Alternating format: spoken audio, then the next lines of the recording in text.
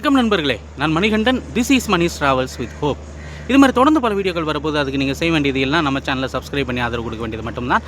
மத்தியானம் உச்சி வெயில் அப்படின்னு சொல்லுவாங்க. 12 மணி உச்சி வெயிலில் நான் உங்களை சந்திச்சுட்டு இருக்கேன். எங்கே இருந்து அப்படின்னா மங்களூரு ஜங்ஷனில் இருந்து. சரியான வெயிலாக இருக்குது. தமிழ்நாடு வெயிலே பரவாயில்ல போல் இருக்குது. அந்த அளவுக்கு கடலோர பகுதி அப்படிங்கிறதுனால வெயில் கொஞ்சம் அதிகமாக தான் இருக்குது. மங்களூரில் இருந்து திருநெல்வேலிக்கு அறிமுகப்படுத்தப்பட்ட புதிய ரயில் 1 மாதம் ஆச்சு. அந்த ட்ரெயினில் தான் இன்றைக்கி நம்ம ட்ராவல் பண்ண போகிறோம். ஃபுல்லாக ட்ராவல் பண்ண போகிறோமான்னு கேட்டால் இல்லை, திண்டுக்கல் வரைக்கும் தான் ட்ராவல் பண்ண போகிறோம். மற்ற விஷயங்களை போய்கிட்டே பேசலாம் வாங்க. சரியான வெயில். கரெக்டாக 12 மணிக்கு இங்கே வந்து மாட்டிக்கிட்டேன் நான். ஆக்சுவலாக காலையில் மங்களூர் சென்ட்ரலுக்கு வந்திருந்தேன். இப்போது மங்களூர் ஜங்ஷனுக்கு வந்திருக்கேன். மங்களூரை பொறுத்தளவு 2 ரயில் நிலையங்கள் அப்படிங்கிறது இருக்குது. அதில் முக்கியமான ரயில் நிலையம் அப்படின்னு பார்த்தோம் அப்படின்னா மங்களூர் ஜங்ஷன். ஏன்னா மங்களூர் சென்ட்ரல் அப்படிங்கிறது டெட் அண்ட் ரயில் நிலையம் அப்படிங்கிறதுனால அங்கே ஆல்ட் ஆகக்கூடிய ரயில்கள் மட்டும்தான் போகும். ஆனால் ரொம்ப லாங்கில் இருந்து வரக்கூடிய ட்ரெயின்கள் எல்லாமே பாஸ் ஆகி போகிறது மங்களூர் ஜங்ஷன் அப்படிங்கிற இந்த ஜங்ஷன் ரயில் நிலையத்தில் இருந்து தான். இங்கேருந்து தான் நம்முடைய பயணம் அப்படிங்கிறது இருக்க போகிறது. பிளாட்ஃபார்ம் நம்பர் 5 நம்ம ட்ரெயின் நிற்கிது அப்படின்னு போர்டில் பார்த்தோம். அதனால இங்கேருந்து போய்கிட்டு இருக்கோம். இப்போ புதிதாக அறிமுகப்படுத்தப்பட்ட ரயிலுங்க. மங்களூரில் இருந்து பழனிக்கு போகணும் அப்படின்னா இப்போது 2 ரயில்கள் இருக்கிறது. ஆனால் முன்னாடி ட்ரெயின் இல்லாத ஒரு சூழ்நிலை அப்படிங்கிறது இருந்தது. இப்போது 2 ரயில்கள் அறிமுகப்படுத்தப்பட்டிருக்கிறது. ஒன்று ராமேஸ்வரத்திலிருந்து வாரம் ஒரு முறை இயங்கக்கூடிய மங்களூர் வரை இயங்கக்கூடிய ட்ரெயின். இன்னொன்று இப்போ நம்ம பயணிக்க போகிற இந்த ட்ரெயின் திருநெல்வேலியில் இருந்து அறிமுகப்படுத்தியிருக்காங்க. அறிமுகப்படுத்தி கிட்டத்தட்ட 1 மாதம் ஆகுது. ஆனால் இந்த ட்ரெயினில் நிறைய குளறுபடி அப்படிங்கிறது இருக்குது நேரத்தில். ஏன்னா இந்த ட்ரெயினை ஒவ்வொரு வாரமுமே இங்கேருந்து, அதாவது வியாழக்கிழமை இங்கேருந்து மத்தியானம் 1 மணிக்கு மங்களூர் ஜங்ஷனில் இருந்து புறப்படக்கூடிய இந்த ரயிலானது மறுநாள் காலையில் 7:15 மணிக்கு திருநெல்வேலியை சென்றடைகிறது.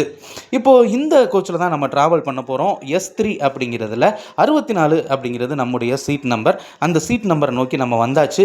உள்ள இது வரைக்கும் எதுவுமே ஆன் பண்ணல. ரொம்ப ஹீட்டாக இருக்குங்க. பெரும்பாலும் என்ன அப்படின்னா கடலோர பகுதி அப்படிங்கிறதுனால ஹீட் அப்படிங்கிறது அதிக அளவில் இருக்கும். இப்போ அந்த சூடை பொருட்படுத்தாமல் கரெக்டாக 1 மணிக்கு நம்முடைய ட்ரெயின் கிளம்பிருச்சு. நம்முடைய ட்ரெயினுக்கான நம்பர் என்ன, எந்தெந்த ஸ்டாப்பிங்கில் நிற்குது, என்னென்ன கோச் இருக்குது, எவ்வளவு ஃபேரு, எல்லா டீட்டெயிலையுமே இந்த வீடியோவில் நம்ம முழுசாக பார்க்க போகிறோம். அது மட்டும் இல்லாமல் நீண்ட இடைவேளைக்கு பிறகு அறிமுகப்படுத்தப்பட்ட ரயில் அப்படின்னு தான் சொல்லணும். முன்னாடி மங்களூர் சென்ட்ரலிருந்து ராமேஸ்வரத்திற்கு ஒரு ரயில் அறிமுகப்படுத்தப்படும் அப்படின்னு சொல்லியிருந்தாங்க. அது சொல்லி கிட்டத்தட்ட 2 வருஷத்துக்கு அப்புறம் அந்த ட்ரெயின் அறிமுகப்படுத்தப்பட்டு விட்டது. இந்த ட்ரெயின் மங்களூர் ஜங்ஷனில் இருந்து இயங்கக்கூடிய ரயிலாக இருக்கிறது. மங்களூரில் இருந்து கிளம்புன உடனே நேத்ராவதி ஆற்றுப்பாலம் அப்படிங்கிறது கொஞ்ச நேரத்தில் வந்துடும். பெரும்பாலும் மும்பை ரூட்டில் இருந்து வரக்கூடிய எல்லா ரயில்களுமே இந்த ஸ்டேஷனை கடந்து தான் போகக்கூடியதை நம்மளால் பார்க்க முடியுது. ரொம்பவும் முக்கியமான ஒரு ரயில் நிலையம் அப்படின்னு எடுத்துக்கலாம். கர்நாடகாவை பொறுத்தளவு மேங்களூரு பெங்களூரு இந்த 2மே ரொம்ப முக்கியமான பகுதி. மேற்கு தொடர்ச்சி மலை இருக்குல்ல, அதுக்கு இந்த சைடு கடலோர பகுதியாக இருக்கிறது இந்த மங்களூரு. மங்களூரு அப்படிங்கிறது கேரளாவினுடைய பார்டராக இருக்கிறதுனால இங்கே வாழக்கூடிய மக்கள் பேசக்கூடிய மொழி அப்படின்னு பார்த்தோம்னா மலையாளம் தெரியாதவர்கள் யாரும் இல்லை அப்படிங்கிற அளவுக்கு தான் இருக்குது. அந்த ட்ரெயின் வளைஞ்சு போகக்கூடிய அழகு அப்படிங்கிறது ரொம்பவும் சூப்பராக இருக்குது. அதே மாதிரி இங்கே கேரளா ஃபுட் அப்படிங்கிறது நமக்கு கிடைக்குது. ஃப்ளூயண்டாக கன்னடம் தெரியலனாலும் பரவாயில்ல, மலையாளம் தெரிஞ்சாலே நம்ம நிச்சயமாக இங்கே சர்வைவல் பண்ண முடியும். இங்கிருந்து ஆரம்பித்து மட்கான் வரைக்குமே இருக்கக்கூடிய அந்த பகுதிகள் கடலோர கர்நாடக பகுதிகள் அப்படின்னு சொல்லப்படுது. மட்கான் வரைக்கும் இல்லை, மட்கானுக்கு முன்னாடி இருக்கக்கூடிய கார்வார் வரைக்கும். ஆனால் பெங்களூர் அப்படிங்கிறது கர்நாடகாவினுடைய தலைநகரம். அந்த தலைநகரிலிருந்து மங்களூரை இணைக்கக்கூடிய வகையில் மேற்கு தொடர்ச்சி மலை வழியாக சில ரயில்கள் இயக்கப்படுகிறது. கர்நாடகா அப்படின்னு எடுத்துக்கிட்டால் இந்த 2 நகரங்களுமே ரொம்ப முக்கியமான நகரங்கள். இப்போது நம்ம மேட்ருக்கு வரலாம். இப்போ தான் மேட்ருக்கே வரையா அப்படின்னு கேட்குறீங்களா? நிச்சயமாங்க. ஏன்னா ஒரு ட்ரெயின் அறிமுகப்படுத்தப்படும் போது அந்த ட்ரெயின் எந்த டயத்துக்கு கிளம்புது அப்படிங்கிற டீட்டெயில் தெரிஞ்சால் மட்டும்தான் நம்ம ஈஸியாக ட்ராவல் பண்ண முடியும். ட்ரெயின் நம்பர் 16707 அப்படிங்கிற நம்பரில் இந்த ரயிலானது அறிமுகப்படுத்தப்பட்டிருக்கிறது. இப்போ தான் அறிமுகப்படுத்தப்பட்டிருக்கு, 1 மாதம் தான் ஆகுது. அதனால் இந்த டைமிங்கில் இருக்கக்கூடிய குழப்பம் அப்படிங்கிறது நிச்சயமாக மாறும் அப்படின்னு நினைக்கிறேன். இப்போ மங்களூரை விட்டு கடந்த உடனே அந்த கரைக்கு அந்த சைடு இருக்கக்கூடியது கேரளாங்க. கேரளாவும் கர்நாடகாவையும் பிரிக்கக்கூடியது இந்த நேத்ராவதி ஆற்றுப்பாலம் தான். மிகப்பெரிய ஆற்றுப்பாலமாக இருக்கிறது. வரும்போது கூட அந்த தூண் மாதிரியான அமைப்பு அப்படிங்கிறத வச்சுருந்தாங்க. அதனால் நம்ம பார்க்குறது அப்படிங்கிறது கொஞ்சம் சிரமமாக இருந்துச்சு. ஆனால் இங்கே அந்த தூண் அப்படிங்கிற அமைப்பு எதுவுமே இல்லை. என்ன ஒரு விஷயம் அப்படின்னா, நம்ம ஏற்கனவே வீடியோ எடுத்தது அந்த கடற்கரை ஓரமாக கலக்கக்கூடிய அந்த காட்சியை பார்க்குற மாதிரியான ஒரு சூழ்நிலை அப்படிங்கிறது இருந்தது. இப்போது 6 கடலை நோக்கி வரக்கூடிய பாதையில் நம்ம பார்த்துட்ருக்கோம். ரொம்பவுமே பெரிய பாலம், கிட்டத்தட்ட 1 கிலோமீட்டருக்கு மேலே இருக்கக்கூடிய பாலம். இந்த பாலத்தில் நம்முடைய பயணம் அப்படிங்கிறது சிறப்பாகவே போய்கிட்டு இருக்கு. இந்த ட்ரெயின் ட்ரெயின் ஒரு சின்ன ட்ரெயின் அப்படிங்கிறதுனால இந்த ரூட்டில் கொஞ்சம் வேகமாக போகுதுங்க. இதுவே பெரிய ட்ரெயினாக இருந்தது அப்படின்னா அதிகப்படியான வேகத்தில் இயக்கப்படுறதுக்கான வாய்ப்பு அப்படிங்கிறது இல்லை. ரொம்பவும் சின்ன ட்ரெயின் அப்படிங்கிற ஒரே காரணத்துக்காக மட்டும்தான் இந்த ட்ரெயினானது இந்த வேகத்தில் இயக்கப்படுகிறது. இப்போது நம்ம ட்ரெயினுக்கு இருக்கக்கூடிய முதல் ஹால்ட் அப்படின்னு பார்த்தோம் அப்படின்னா மங்களூருக்கு அடுத்து காசர்கோடு தான். ஆனால் காசர்கோடு வர்றதுக்கு முன்னாடியே சின்ன சின்ன நிறுத்தங்கள் அப்படிங்கிறது இருக்கிறது. அதில் சில நேரங்களில் அன்ஷெட்யூல்டு ஹால்ட் அப்படிங்கிறது இருக்கும், சில நேரங்களில் எதுவுமே இல்லாமல் கூட ஒரு சூழ்நிலை அப்படிங்கிறது இருக்கும். இப்போ ஒரு ட்ரெயின் இருக்குது, எல்லா ஸ்டேஷனுக்குமே சீக்கிரமாக போகுது அப்படின்னா இப்போதைக்கு இந்த ட்ரெயின் மட்டும்தான். ஏன்னா அதுக்கு கொடுத்துருக்கக்கூடிய நேரம் அப்படிங்கிறது அதிகப்படியான நேரம் இருக்கிறதுனால ரொம்ப சீக்கிரம் போனாலும் எல்லா ஸ்டேஷன்லையும் காத்திருக்க வேண்டிய ஒரு நிலை அப்படிங்கிறது தான் இருக்குது.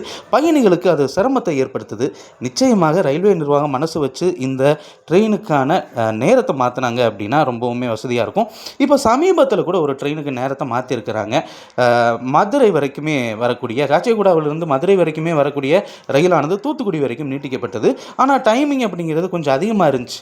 வர ஜூன் மாதம் 15ஆம் தேதியிலிருந்து முன்னாடி மதுரையில் சேர்ந்துட்டு இருந்த டயத்துக்கு முன்னாடியே தூத்துக்குடிக்கு போகிறது மாதிரி டயத்தை குறைச்சிருக்கிறாங்க. அந்த மாதிரி இந்த ட்ரெயினுக்கும் டயத்தை குறைச்சாங்க அப்படின்னா சரியான நேரத்தில் போயிட்டு வர்றதுக்கும் ட்ரெயினுக்கான வரவேற்பு அப்படிங்கிறது அதிகமாக இருக்கும். இப்போ ஒரு ட்ரெயினை அறிமுகப்படுத்துறது அப்படிங்கிறது முக்கியம் இல்லை. அப்படி அறிமுகப்படுத்தப்படக்கூடிய ட்ரெயின் நிச்சயமாக மக்களிடையே வரவேற்பு பெறணும் அப்படின்னா அது சரியான நேரத்தில் வந்து சேரணும். இப்போ இந்த ட்ரெயின் சரியான நேரத்தில் வரலையா அப்படின்னு கேட்கலாம். சரியான நேரத்தில் தான் போய்கிட்டு இருக்கு. ஆனால் ஒவ்வொரு இடத்துலையுமே கிட்டத்தட்ட அரை மணி நேரம், 3/4 மணி நேரம், 1 மணி நேரம் நின்று போகிறதுனால கேட்டால் என்ன சொல்கிறாங்க அப்படின்னா புது ட்ரெயின் இன்னும் இதாகலை, நிச்சயமாக டயத்தை மாற்றுவாங்க அப்படின்னு சொல்லிட்டு இருக்காங்க. இந்த சாலை ஓரங்கள்லேருந்து ட்ரெயினை பார்க்குறதும் ட்ரெயின் ஓரத்துலேருந்து சாலையை பார்க்குறதும் ரொம்பவுமே சூப்பரான விஷயமா இருக்கு இல்லையா? இப்போது நம்முடைய பயணம் சிறப்பாக நடந்து கொண்டிருக்கக்கூடிய இந்த வேளையில் ட்ரெயின் நம்பர் 16707 அப்படிங்கிற நம்பரில் இயங்கக்கூடிய ட்ரெயினில் நம்ம மங்களூரில் இருந்து திண்டுக்கல் வரைக்குமே ட்ராவல் பண்ண போகிறோம். மங்களூரிலிருந்து திண்டுக்கல் வரைக்கும் இருக்கக்கூடிய இந்த பயண கட்டணம் அப்படின்னு பார்த்தோம் அப்படின்னா 335 ரூபா ஆகுது. இதுவே திருநெல்வேலி வரைக்கும்னா ஒரு 450 ரூபா கிட்ட ஆகும். திருநெல்வேலி வரைக்குமே இந்த ட்ரெயினில் ட்ராவல் பண்ணுறது அப்படிங்கிறது ரொம்பவும் சூப்பரான அனுபவம் தான். ஆனால் நேரம் கொஞ்சம் அதிகம். காலையில் 7:15 மணிக்கு தான் திருநெல்வேலி போய் சேர்கிறது.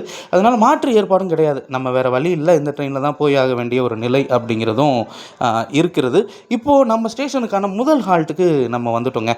காசர்கோடு அப்படிங்கிற ரயில் நிலையம் கேரளாவை பொறுத்தளவு அந்த கடைசியில் இருக்கக்கூடிய, வடக்கு கடைசியில் இருக்கக்கூடிய முக்கியமான நகரமாக இந்த காசர்கோடு அப்படிங்கிறது பார்க்கப்படுகிறது. இந்த காசர்கோடுக்கு நம்ம ட்ரெயின் வந்து சேரக்கூடிய நேரம் 1:35 மணிக்கு மத்தியானம். 1 மணிக்கு கிளம்பி கரெக்டாக 35 நிமிஷத்தில் 47 கிலோமீட்டர் கடந்து நம்ம ட்ரெயினுக்கான முதல் ஹால்ட் அப்படின்னு பார்க்கக்கூடிய இந்த காசர்கோடுக்கு வந்து சேர்கிறது. பெரும்பாலும் என்ன அப்படின்னா இந்த ரூட்டில் ஓடக்கூடிய ட்ரெயின்களில் அன்ரிசர்வ்டில் பயணிக்கக்கூடிய பயணிகளின் எண்ணிக்கை அப்படிங்கிறது அதிகமாக இருக்கும். அதுக்காண்டி யாருமே டிக்கெட் எடுக்காமல் ட்ராவல் பண்ணுறவங்க அப்படின்லாம் சொல்லிட முடியாது. வடக்கு மாதிரி கேரளாவை பொறுத்தளவு அதிகப்படியான மக்கள் பயன்படுத்துறது ரயிலை தான்.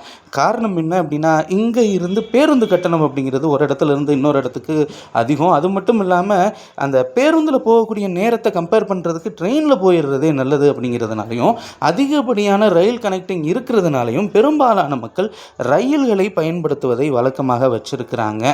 சரி, இந்த ட்ரெயினில் என்னென்ன கோச் இருக்குது அப்படிங்கிறத நம்ம பார்த்துடலாமே.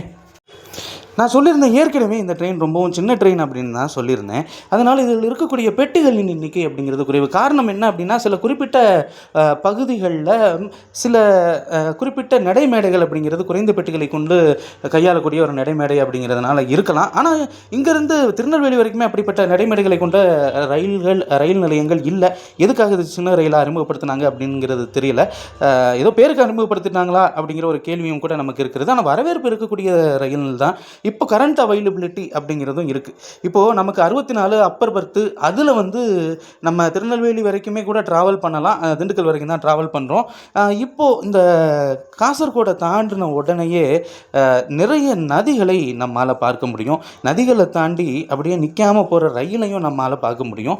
இப்போது கோச் பொசிஷனுக்கு நம்ம வந்துடுவோம்.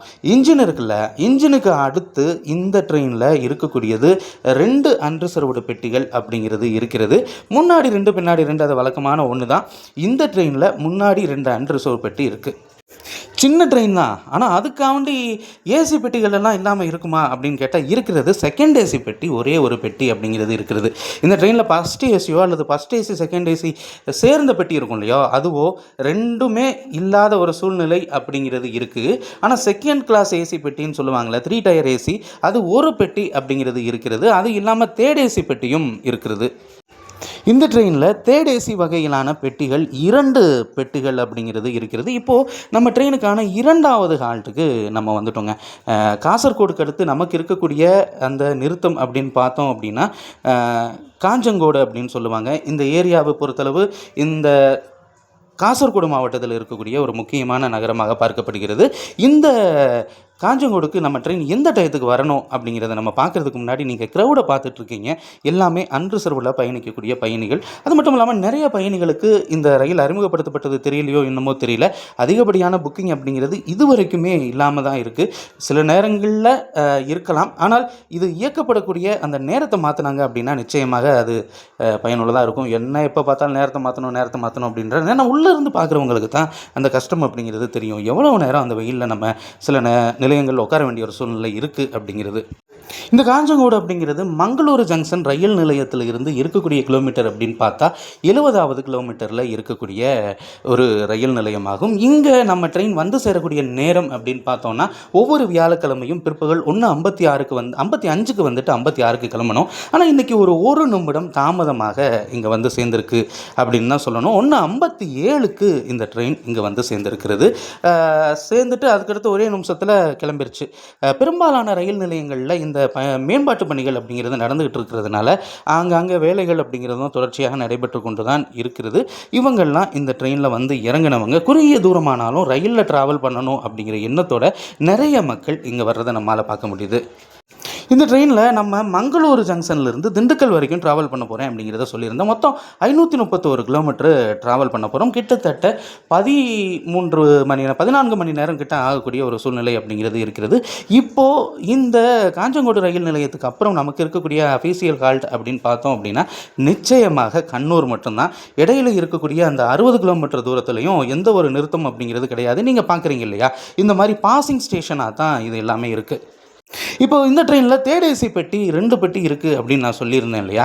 சரி, தேர்ட் ஏசி பெட்டி 2 பெட்டிக்கு அப்புறம் ஸ்லீப்பர் கிளாஸ் பெட்டி தான் இருக்குது. ஸ்லீப்பர் கிளாஸ் பெட்டி எத்தனை பெட்டி இருக்குது அப்படிங்கிறதையும் நம்ம பார்த்துடலாமே. ஸ்லீப்பர் கிளாஸ் பெட்டிகள் இந்த ரயிலில் 8 பெட்டி இருக்குங்க. 8 பெட்டி அப்படிங்கிறது கொஞ்சம் குறைவு தான். ஆனால் இதுக்குமே புக்கிங் இருக்கா அப்படின்னு கேட்டால் சில நேரங்களில் வேக்கன்சி அப்படிங்கிறது இருக்கிறது. இப்போது நமக்கு கீழே என்னன்னு தெரியல, நம்ம எப்போ புக் பண்ணாலுமே இந்த அப்பர் பெர்த்தை தான் கொடுக்குறாங்க. ஒன்று சைடு அப்பராக இருக்குது, இல்லை மேலே இருக்குது, இல்லை மிடில் இருக்குது. நம்ம எப்போ ட்ரை பண்ணாலுமே விண்டோ அப்படிங்கிறது நமக்கு கிடைக்காத ஒன்றா இருக்குது. ஆனால் விண்டோ சீட்டு வேக்கன்சி பார்த்தோம் அப்படின்னா 63 இருக்குது இல்லையா, S63 இங்கே இருந்து, அதாவது மங்களூர் ஜங்ஷனில் இருந்து திருநெல்வேலி வரைக்குமே வேக்கன்சியாக தான் இருக்குது. அப்படி வேக்கன்சியாக விடுறதுக்கு அதை நமக்கு கொடுக்கலாம் இல்லையா அப்படிங்கிற மாதிரி இருக்குது. ஒரு வேளை ஏதாவது ஸ்பெஷல் ஆப்பை யூஸ் பண்ணி புக் பண்ணணுமா அப்படிங்கிறது நமக்கு தெரியல. அப்படி ஏதாவது ஆப் இருந்ததுன்னா சொல்லுங்கள். நான் இசிகோ ஆப்பை யூஸ் பண்ணி தான் புக் பண்ணிக்கிட்டு இருக்கேன். ஏன்னா அதுதான் எனக்கு கொஞ்சம் கம்ஃபர்டபுளாக இருக்குது. அதுக்கு நான் ப்ரொமோஷன்லாம் பண்ணலைங்க சத்தியமாக. எனக்கு இருக்கிற தலைவலியை சொல்லிக்கிட்டு இருக்கேன். அதில் விண்டோ சீட்டே கிடைக்க மாட்டேங்குது. இப்போ நீங்கள் பார்க்குறீங்க இல்லையா, இந்த ஆற்றோட பேர் வலப்பட்டினம் ஆறு அப்படின்னு சொல்லுவாங்க. வலப்பட்டினம் அப்படிங்கிற நகரத்தின் கரையில் இருக்கக்கூடிய, ஒருவேளை இந்த நதிக்கரையில் இருக்கக்கூடிய நகரம் அப்படிங்கிறதுனால வலப்பட்டினம் அப்படின்னு சொல்லப்படுதோ அப்படிங்கிறது தெரியல. ஆனால் இந்த வலப்பட்டினம் ஆறை நம்ம முன்னாடி பார்த்துருக்கோங்க. ட்ரெயினில் வந்து பார்த்தது கிடையாது. ஆனால் இந்த வலப்பட்டினம் ஆற்றங்கரையில் இருக்கக்கூடிய முத்தப்பன் டெம்பிள் அப்படிங்கிறது நம்ம பார்த்துருக்கோம். பரசினிக்கடவு அப்படிங்கிற இடத்துல இருக்கக்கூடிய அந்த முத்தப்பன் கோவிலுக்கு நம்ம போயிருக்கோம். ஆனால் துரதிருஷ்டவசமாக நம்ம போன நேரத்துக்கு நட சாத்தி இருந்தது அப்படிங்கிறதுனால அந்த கோயிலை பார்க்க முடியாத ஒரு சூழ்நிலை அப்படிங்கிறது இருக்கிறது. கேரளாவை பொறுத்தளவு நிறைய ஆறுகள், பெரிய ஆறுகள் இருக்கிறதுல அதில் ஒரு முக்கியமான ஆறாக இந்த வலப்பட்டினம் ஆற்றங்கரையில் அமைந்திருக்கக்கூடிய இந்த பகுதி அப்படிங்கிறது கருதப்படுது. சரி, 8 ஸ்லீப்பர் கிளாஸ் இல்லாமல் கடைசியில் 2 ஜென்ரல் கிளாஸ் பெட்டிகளுமே இந்த ட்ரெயினில் இருக்குது. ஆக மொத்தம் ஜென்ரல் கிளாஸ் பெட்டி மொத்தம் 4, 8 ஸ்லீப்பர் கிளாஸ் 12, அதுக்கப்புறம் 2 ஏசி பெட்டி 14, அப்புறம் ஒரு செகண்ட் ஏசி 15 பெட்டிகள், இன்ஜினோட சேர்த்து 16 பெட்டிகளை கொண்டு தான் இந்த ரயிலானது இயக்கப்பட இருக்குது. சரி, இப்போ நம்ம பார்க்கக்கூடிய விஷயம் என்ன அப்படின்னா, இப்போ காசர்கோடு காஞ்சங்கோடு வரைக்கும் டயத்தை நம்ம பார்த்துட்டோம். ஆனால் நம்ம போக போகிறது திண்டுக்கல் வரைக்கும் தான். ஆனால் திருநெல்வேலி வரைக்குமே எந்தெந்த நிலையத்தில் நின்று செல்லும், இன்னும் அடுத்து வரக்கூடிய நிலையங்களில் எந்த டயத்துக்கு போகும் அப்படிங்கிற டீட்டெயில் தெரிஞ்சால் மட்டும்தான் அது உண்மையிலேயே நமக்கு பயனுள்ள தகவலாக இருக்கும். இந்த ட்ரெயினுக்கு 3ஆவதாக இருக்கக்கூடிய நிறுத்தம் அப்படின்னு பார்த்தோம் அப்படின்னா கண்ணூர். இந்த கண்ணூர் அப்படிங்கிறது மங்களூர் ஜங்ஷன் ரயில் நிலையத்திலிருந்து 132வது கிலோமீட்டரில் இருக்கக்கூடிய ஒரு முக்கியமான ரயில் நிலையமாக பார்க்கப்படுகிறது. இந்த கண்ணூருக்கு 2:52க்கு வரணும். வியாழக்கிழமை மத்தியானம் 2:52க்கு வந்துட்டு ஒரு 3 நிமிஷம் நிறுத்தம், 2:55க்கு புறப்படணும். அதே ஷெட்யூல் பிரகாரம் போகுதா அப்படின்னு பார்த்தா, இப்போ நம்ம வாய்ஸ் ஓவர் வந்து பின்னாடி தானே கொடுக்குறோம். அந்த வகையில் எனக்கு ஏற்பட்ட அனுபவம் என்ன அப்படின்னு பார்த்தோம்னா, கண்ணூருக்கு நம்ம ட்ரெயின் வந்து சேர்ந்த நேரம் அப்படின்னு பார்த்தாலே கிட்டத்தட்ட ஒரு 7 நிமிஷங்களுக்கு முன்பாகவே வரக்கூடிய ஒரு நிலை தான். ஸோ எந்த டயத்துக்கு வந்தாலும் அது கிளம்புற நேரத்துக்கு தான் கிளம்பணும் அப்படிங்கிறதுனால கண்ணூரில் கொஞ்சம் நேரம் நம்ம காத்திருக்க வேண்டிய ஒரு சூழ்நிலை அப்படிங்கிறது இருக்கிறது. நிறைய ஸ்டேஷன்கள் பாசிங் ஸ்டேஷன் தான் இருக்குது, நிறுத்தங்கள் கம்மி.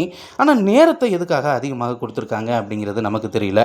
சரி, இந்த கண்ணூருக்கு அப்புறம் அடுத்து இருக்கக்கூடிய ரயில் நிலையம் என்ன அப்படிங்கிறதையும் நம்ம பார்த்துடலாம். இப்போ முன்னெல்லாம் அந்த ஸ்டேஷன் வந்தோன்னே தான் இந்த ஸ்டேஷன் வந்திருக்கு, இது இத்தனாவது கிலோமீட்டரில் இருக்குது, இந்த டயத்துக்கு வந்துச்சு அப்படின்னு நம்ம சொல்லிட்டு இருந்தோம். ஆனால் இந்த ட்ரெயினுடைய ஃபுல் டீட்டெயிலுமே நான் உங்களுக்கு கொடுக்கணும். ஏன்னா திருநெல்வேலி வரைக்கும் போகக்கூடிய அந்த பயணிகளுக்கு பயன்படணும். இப்போ நான் திண்டுக்கல்லில் இறங்கிட்டேன் அப்படின்னா திண்டுக்கல் வரைக்கும் வரக்கூடிய பயணிகளுக்கு மட்டும்தான் இது பயன்படணும் அப்படிங்கிற எண்ணம் அப்படிங்கிறது எனக்கு இல்லை. திருநெல்வேலி வரைக்குமே வர்றவங்களுக்கு பயன்படணும் அப்படிங்கிறதுனால தான் எந்தெந்த நிலையத்தில் எத்தனை மணிக்கு வரும் அப்படிங்கிற டீட்டெயிலை நம்ம சொல்லிட்டு இருக்கோம். கண்ணூருக்கு அடுத்து நமக்கு இருக்கக்கூடிய நிறுத்தம் அப்படின்னு பார்த்தோம்னா தலசேரி அப்படிங்கிற ரயில் நிலையத்தில் நம்ம ட்ரெயின் போய் நிற்கும் கண்ணூருக்கு அடுத்து. இந்த தலசேரி அப்படிங்கிறது கிட்டத்தட்ட பாண்டிச்சேரி பார்டருங்க. என்னங்க சொல்கிறீங்க, பாண்டிச்சேரிக்கு தமிழ்நாடு பார்டராக இருக்கும், அது எப்படி தலசேரி பார்டராக இருக்கும் வாய்ப்பு இருக்கா அப்படின்னு கேட்குறீங்களா? எல்லாருக்கும் தெரியும், இருந்தாலும் பரவாயில்ல, தெரியாதவர்களுக்காக நான் சொல்கிறேன். பாண்டிச்சேரி அப்படிங்கிறது மொத்தம் 4 இடத்துல இருக்குது. தமிழகத்தில் 2 பகுதிகள் இருக்கிறது. அந்த புதுச்சேரி விழுப்புரத்துலேருந்து நம்ம போகிறோம்ல, கடலூர்லேருந்து போகிறோம் இல்லையா, அது ஒரு பகுதி. அதுக்கு முன்னாடி இப்போது நம்ம கண்ணூர் ரயில் நிலையத்துக்குள்ளே என்ட்ரி ஆகிட்ருக்கோம். நம்மளை வெல்கம் பண்ணுற மாதிரி இருக்கக்கூடிய இந்த ட்ரெயின் எந்த ட்ரெயின் அப்படிங்கிறத உங்களால் கெஸ் பண்ண முடியுதா? நிச்சயமாக நானே சொல்லிடுறேனே, யஸ்வந்தபூரிலிருந்து கண்ணூர் வரைக்குமே ஆப்ரேட் ஆகக்கூடிய ட்ரெயின்.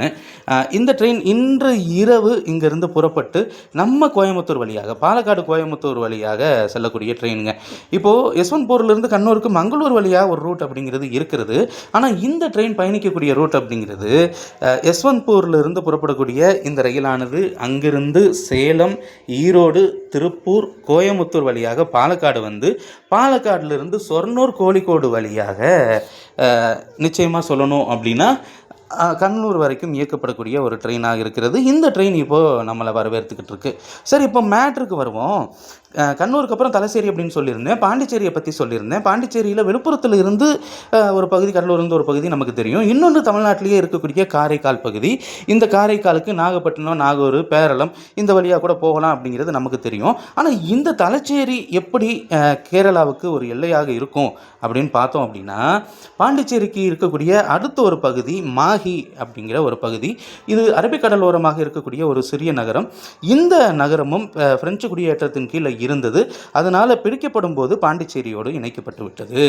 அதே மாதிரி ஆந்திர பிரதேசத்தில் இருக்கக்கூடிய ஏனம் அப்படிங்கிற நகரம். ஆக இந்த 4 பகுதிகளுமே பாண்டிச்சேரியை சேர்ந்த பகுதி அப்படிங்கிறதுனால தலசேரி அப்படிங்கிறது நிச்சயமாக பாண்டிச்சேரி பார்டர் அப்படின்னு தான் சொல்லணும். ஏன்னா கொஞ்சம் தூரம் இந்த தலசேரியிலிருந்து, இப்போ நீங்கள் பார்த்துட்டு இருக்கிறது கண்ணூர், இதை தலசேரின்னு நீங்கள் எடுத்துக்க வேணாம்.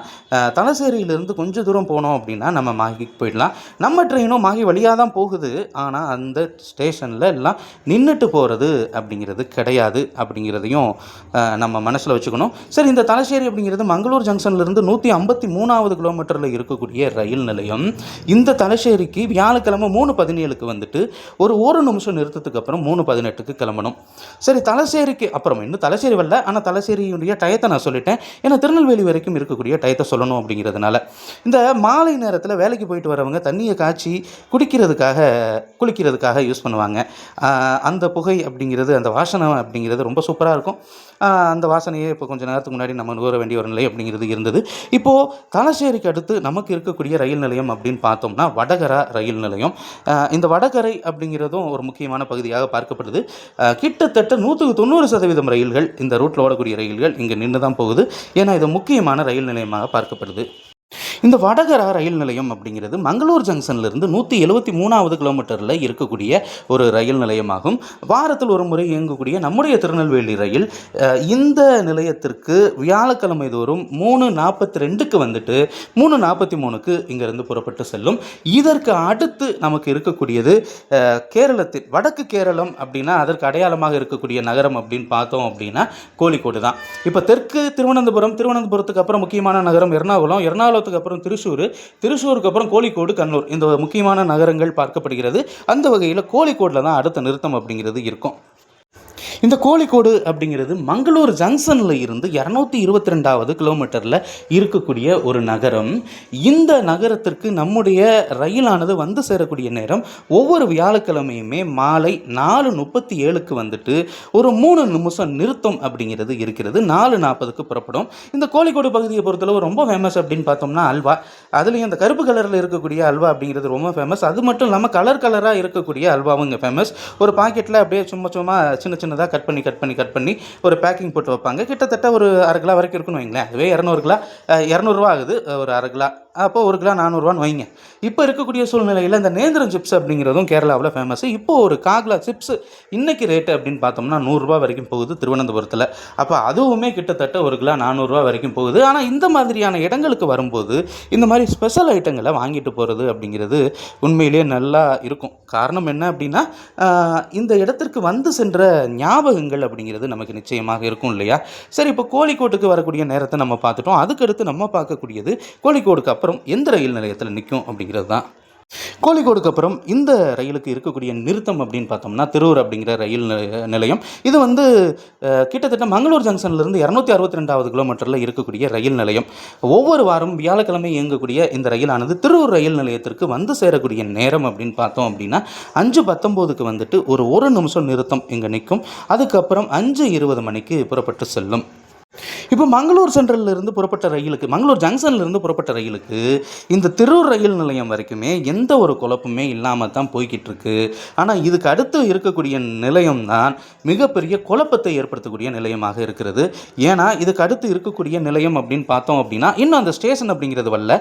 ஆனால் நம்ம திண்டுக்கல் வரைக்கும் தான் போகிறோம் அப்படிங்கிறதுனால திருநெல்வேலியை முடிக்கணும் அப்படிங்கிறதுனால இதெல்லாம் ஃபாஸ்ட்டாக தான் பார்க்க வேண்டிய ஒரு நிலை அப்படிங்கிறது இருக்கிறது. இப்போ நீங்கள் பார்த்துட்டு இருக்கக்கூடிய ஸ்டேஷன் தலசேரி அப்படிங்கிற ரயில் நிலையம். நான் சொன்னேன் இல்லையா, இங்கேருந்து பாண்டிச்சேரி அப்படிங்கிறது பாண்டிச்சேரி பகுதியில் இருக்கக்கூடிய மாகி அப்படிங்கிறது ரொம்பவுமே பக்கத்தில் இருக்கக்கூடிய பகுதி. இப்போ நம்ம ட்ரெயின் வந்திருக்கக்கூடியதே தலசேரி அப்படிங்கிற ரயில் நிலையத்துக்கு தான் வந்திருக்கு. ஆனால் நம்ம அட்வான்ஸாக சொர்ணூர் வரைக்குமே போயிட்டோம். ஏன்னா சொர்ணூரில் தான் இந்த ட்ரெயினுக்கான ட்விஸ்ட் அப்படிங்கிறது இருக்கிறது. கிட்டத்தட்ட மங்களூர் ஜங்ஷன்லேருந்து 308வது கிலோமீட்டரில், அதே மாதிரி திருவூர் ஜங்ஷன்லேருந்து வெறும் 50 கிலோமீட்டரில் இருக்கக்கூடிய அந்த ரயில் நிலையத்திற்கு 1 மணி நேரம் 5 நிமிஷம் டைம் அப்படிங்கிறத கொடுத்துருக்காங்க. அந்த 1 மணி நேரம் 5 நிமிஷம் டைம் அப்படிங்கிறது சரியான நேரத்தில் போகணும் அப்படின்னா 6:25 மணிக்கு சொர்ணூர் போகணும். 6:25க்கு போகக்கூடிய ட்ரெயின் ஒரு 5 நிமிஷம் அங்கே நின்றுட்டு 6:30க்கு கிளம்பி அதுக்கடுத்து கிட்டத்தட்ட 2.5 மணி நேரம் டைம் கொடுத்துருக்காங்க பாலக்காட்டுக்கு போகிறதுக்கு.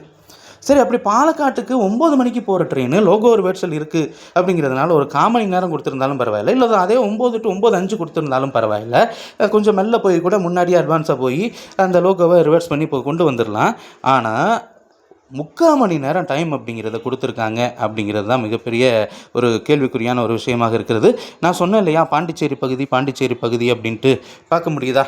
பாண்டிச்சேரியை எவ்வளவு வேகமாக நம்ம கடந்து போய்கிட்டு இருக்கோம் அப்படின்ட்டு. எனக்கு ஏற்பட்ட அனுபவம் என்ன அப்படின்னா, அந்த சொர்ணூர் ரயில் நிலையத்தில் கிட்டத்தட்ட நம்ம காத்திருந்த நேரம் அப்படின்னு பார்த்தோம் அப்படின்னா 1.5 மணி நேரம் வரைக்கும் காத்திருக்க வேண்டியிருக்கு. காரணம் என்ன அப்படின்னா, பாலக்காட்டில் அதிகப்படியான டைம் கொடுத்து வச்சுருக்கிறதுனால, பாலக்காட்டுக்குமே அட்வான்ஸாக தான் போயிட போகுது. அப்படி அதிகப்படியான டைம் கொடுத்து வச்சுருக்கிறதுனால நிச்சயமாக அது மிகப்பெரிய நேர இழப்பை இந்த ரயிலுக்கு ஏற்படுத்துகிறது. இப்போது பெருசாக தெரியாதுங்க. நேர இழப்பு அப்படிங்கிறது ஒரு காலத்தில் என்ன ஆகும் அப்படின்னா இந்த ட்ரெயினில் நம்ம போனோம் அப்படின்னா நமக்கு நேரம் வேஸ்ட்டு, வேறு ஏதாவது ட்ரெயினை பயன்படுத்தி இல்லை மாற்றி போகிறதுக்காக யோசிக்கக்கூடிய ஒரு நிலைக்கு வந்துடுவாங்க. ஏற்கனவே இது சின்ன ட்ரெயினாக விட்டுருக்காங்க, 15 பெட்டிகளை கொண்ட ட்ரெயின்.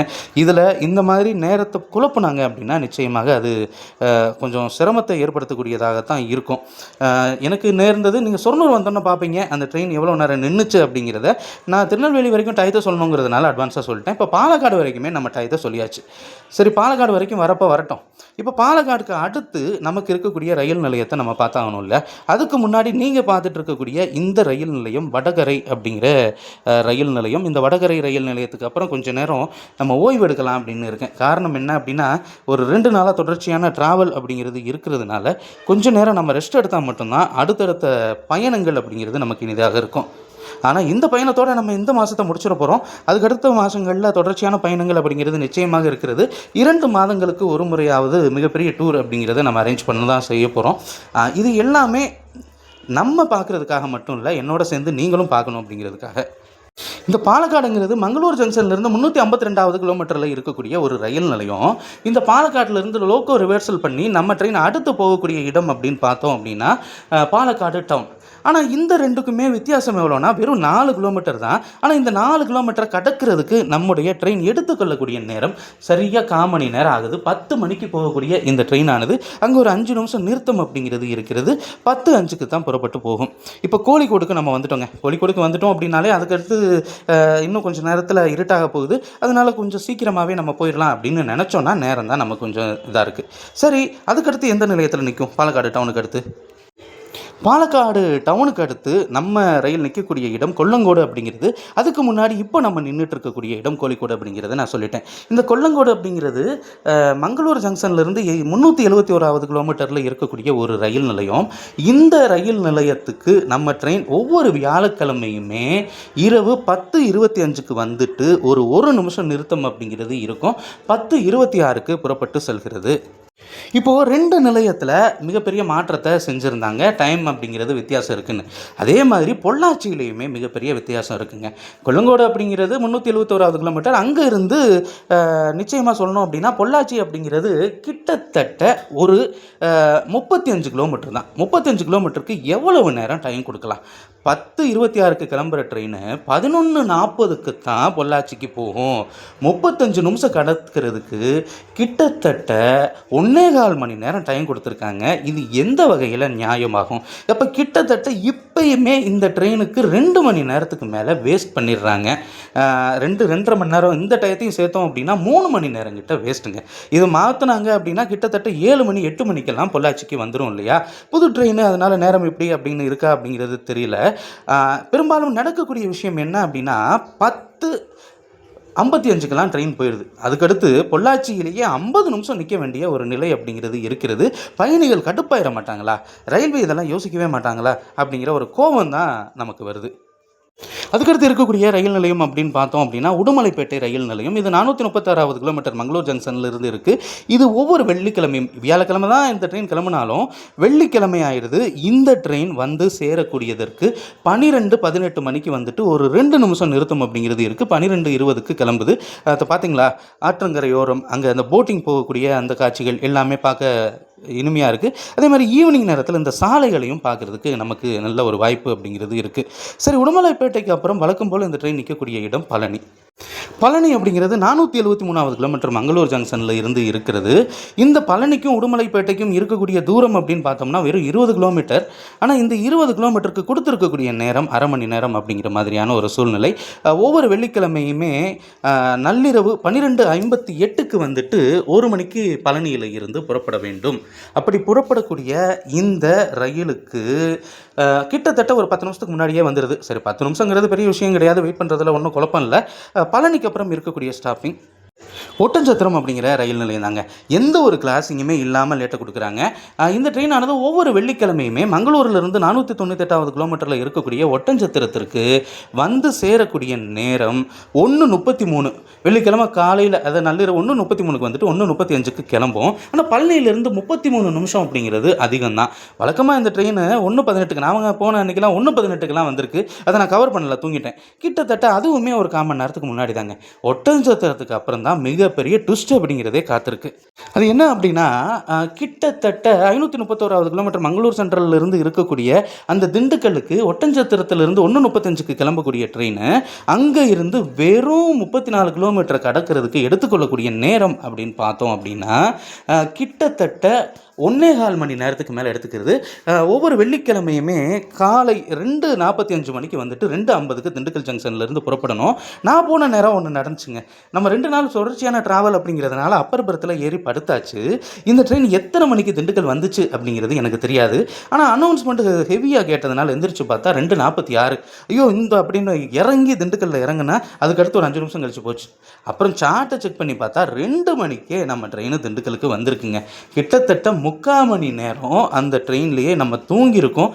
திடீர்னு முழிப்பு தட்டினதுனால, அதாவது அந்த டைம் ஆச்சு. ஏன்னா நான் அலாரம் வச்சுருந்தேன் அந்த 2:45 டயத்தில். ஸோ அலாரம் வச்சுருந்ததுனால அது எனக்கு யூஸ் ஆச்சு. இல்லைன்னா ரொம்ப சிரமம்தான். 2 மணிக்கே போயிடுது. ஆக கிட்டத்தட்ட இது வரைக்குமே 4 மணி நேரம் கிட்ட வேஸ்ட்டு தான். இது கரெக்டான ஷெடியூலில் இருந்தது அப்படின்னா அந்த 3 மணி அப்படிங்கிறத 11 மணிக்கெல்லாம் திண்டுக்கலுக்கு போயிடுற மாதிரியான ஷெடியூல் அப்படிங்கிறது நிச்சயமாக இருக்கும். 10 மணி நேரத்திலேயே கிடக்கிறதுக்கான வாய்ப்பு அப்படிங்கிறது இருக்கிறது. ஏன்னா இப்போ கோயம்புத்தூர்லேருந்து கிளம்புற ட்ரெயின்களில் மங்களூருக்கு 6 மணி நேரம் 7 மணி நேரத்தில் போய்கிட்டு இருக்கு. அப்போ திண்டுக்கல் வழியாக வரக்கூடிய ட்ரெயினுக்கு ஒரு 3 மணி நேரம் சேர்த்துனா 10 மணி நேரம்னா ஓகே. ஆனால் 13 மணி நேரம் அப்படிங்கிறது ஏற்றுக்கொள்ள முடியாத ஒன்றா தான் இருக்குது. திண்டுக்கலுக்கு அப்புறம் வழக்கமாக போகணும் அப்படின்னா நிச்சயமாக 1 மணி நேரத்தில் மதுரைக்கு போயிடணுங்க. ஆனால் இந்த ட்ரெயினானது ஒவ்வொரு வெள்ளிக்கிழமையுமே காலையில் போய் சேரக்கூடிய நேரம் அதிகாலை 4:15 மணிக்கு தான் மதுரைக்கு போகுது. ஒரு 5 நிமிஷம் நிறுத்தம் 4:20க்கு அங்கேருந்து புறப்பட்டு சென்று கொண்டிருக்கிறது. இதுலையுமே கிட்டத்தட்ட ஒரு 1/4 மணி நேரம் வேஸ்ட்டு. மதுரைக்கு அப்புறம் விருதுநகர் அப்படிங்கிறது கொஞ்சம் ஓகே தான். 4:20க்கு கிளம்பக்கூடிய ட்ரெயின் ஒரு 40 நிமிஷத்துக்குள்ளே 4:58க்கு விருதுநகர் போயிட்டு அங்கேருந்து ஒரு 2 நிமிடம் நிறுத்தத்துக்கு அப்புறம் நிச்சயமாக கிளம்புது. 5 மணி அப்படிங்கிறது ஓகே தான். விருதுநகருக்கு அப்புறம் இருக்கக்கூடிய ரயில் நிலையம் அப்படின்னு பார்த்தோம் அப்படின்னா வழக்கம் போல் சாத்தூர் ரயில் நிலையம். சாத்தூருக்கு ஒவ்வொரு வெள்ளிக்கிழமையுமே இந்த ரயில் வந்து சேரக்கூடிய நேரம் அப்படின்னு பார்த்தோம் அப்படின்னா 5:23க்கு வந்துட்டு 5:25க்கு புறப்பட்டு செல்லும் அப்படின்னு அறிவிப்பு அப்படிங்கிறது இருக்கிறது. இப்போது நம்ம சொர்ணூர் ஜங்ஷன் ரயில் நிலையத்துக்குள்ளே என்ட்ரி ஆகிட்டோங்க. இந்த சொர்ணூர்லேருந்து தான் ரூட் அப்படிங்கிறது பிரியும். இப்போது மங்களூர்லேருந்து வரக்கூடிய இந்த ரூட்டும் சரி, இங்கேருந்து நிலம்பூர் நோக்கி செல்லக்கூடிய ரூட்டும் சரி, அதே மாதிரி இங்கேருந்து எர்ணாகுளம் நோக்கி செல்லக்கூடிய ரூட்டும் சரி, பிரியக்கூடிய இடம் அப்படிங்கிறது இந்த சொர்ணூர் ஜங்ஷனில் தான். இப்போ நம்ம ட்ரெயின் இங்கே நிற்கிதுங்க. இங்கேருந்து புதுசாக விட்ட வண்டிக்கு குழப்பம் நிச்சயமாக இருக்கத்தான் செய்யும். இப்போது மங்களூர்லேருந்து திருநெல்வேலி வரைக்கும் போகிற ட்ரெயின் மங்களூர்லேருந்து மத்தியானம் 1 மணிக்கு கிளம்புது. ஆனால் சொர்ணூருக்கு 6:30க்கு வரணும். 6:25க்கு வந்து 6:30 கிளம்பணும். இப்போ மணி 7:40 ஆகுது, இன்னும் கிளம்பல. காரணம் என்ன அப்படின்னா இந்த ட்ரெயின் பாலக்காட்டுக்கு 9 மணிக்கு தான் போகணும். அதனால் 1 மணி நேரம் இங்கேயே போட்டு வச்சுருக்காங்க. நிச்சயமாக இந்த ட்ரெயின் டயத்தை மாற்றினா நல்லாயிருக்கும். மாற்றுவாங்களா? எப்போ நம்ம கிளம்ப போகிறோம்னே நமக்கு தெரியல. ஏன்னா பாலக்காட்டுக்கு இருக்கக்கூடிய நேரம் அப்படிங்கிறது ரொம்ப ரொம்ப அதிகமான நேரத்தை கொடுத்துருக்குறாங்க. அதனால் நம்ம வெயிட் பண்ணி தான் ஆக வேண்டிய ஒரு நிலை அப்படிங்கிறது இருக்குது. சாப்பாடு இங்கே வாங்கலை, பாலக்காட்டில் போய் நம்ம பார்த்துக்கலாம். 6:34க்கு வந்த வண்டி இப்போ மணி 7:53 ஆகுது. இனிமேலாவது கிளம்புமா அப்படிங்கிறது தெரியல.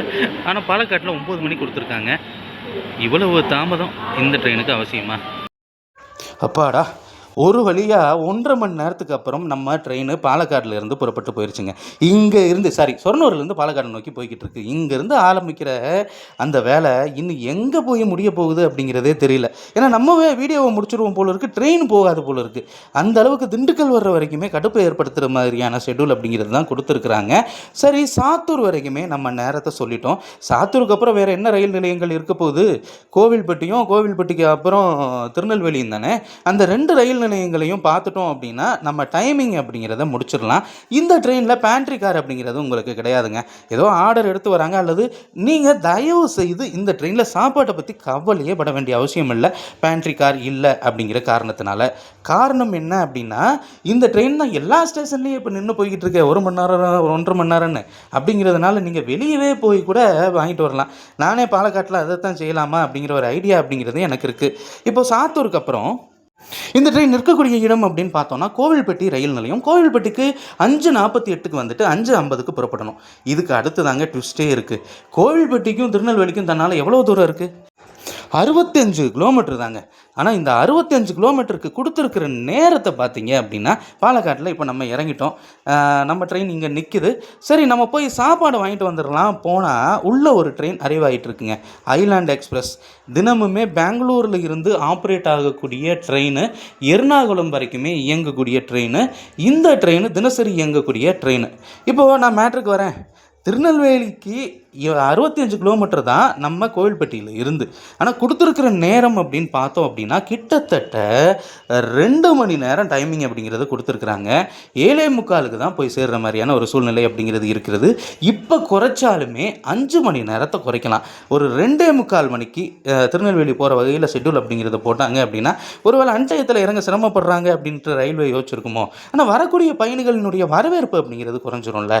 அது நிச்சயமாக ரயில்வே யோசிக்கலை அப்படிங்கிற ஒரு வருத்தம் அப்படிங்கிறது தான் நமக்கு இருக்கிறது. நிச்சயமாக இந்த வருத்தத்தை போக்கி ஆகணும். இப்போ பாலக்காடு ஸ்டேஷன்லேயே உங்களுக்கு சாப்பாடு அப்படிங்கிறது ஈஸியாக கிடைக்குது. பெரும்பாலும் இந்த முட்டை பிரியாணி அப்படின்ட்டு 2 முட்டையை வச்சு ஏதாவது ஒரு வெரைட்டி ரைஸ் மாதிரி வச்சுருப்பாங்க. அது பிரியாணின்னு சொல்லுவாங்க, வேறு வழியில் நம்ம சாப்பிட்டு தான் ஆகணும். அது இல்லாமல் புரோட்டா, சப்பாத்தி இந்த மாதிரி ஐட்டங்களும் கிடைக்குது. கிட்டத்தட்ட இந்த 9 மணி பாலக்காடுக்கு நம்ம வந்து சேர்ந்தக்கூடிய நேரத்தையும் நான் சொல்ல மறந்துட்டேனே. 8:30க்கெல்லாம் வந்துட்டோங்க.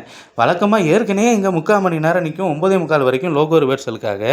இப்போது இன்னும் கூடுதலாக ஒரு 1.25 மணி நேரம் கிட்ட நம்ம பாலக்காட்டில் தான் காத்திருக்க போகிறோம். இப்போ நானும் வெளியே போயிட்டு வந்துட்டேங்க. நான் வந்த நேரம் ஐலாண்ட் எக்ஸ்பிரஸும் புறப்பட்டு சென்று கொண்டிருக்கிறது. இன்னும் கொஞ்சம் நேரம் நம்ம பாலக்காட்டிலிருந்து புறப்பட்டோம் அப்படின்னா அதுக்கடுத்து நமக்கு ஸ்லீப்பிங் தான்.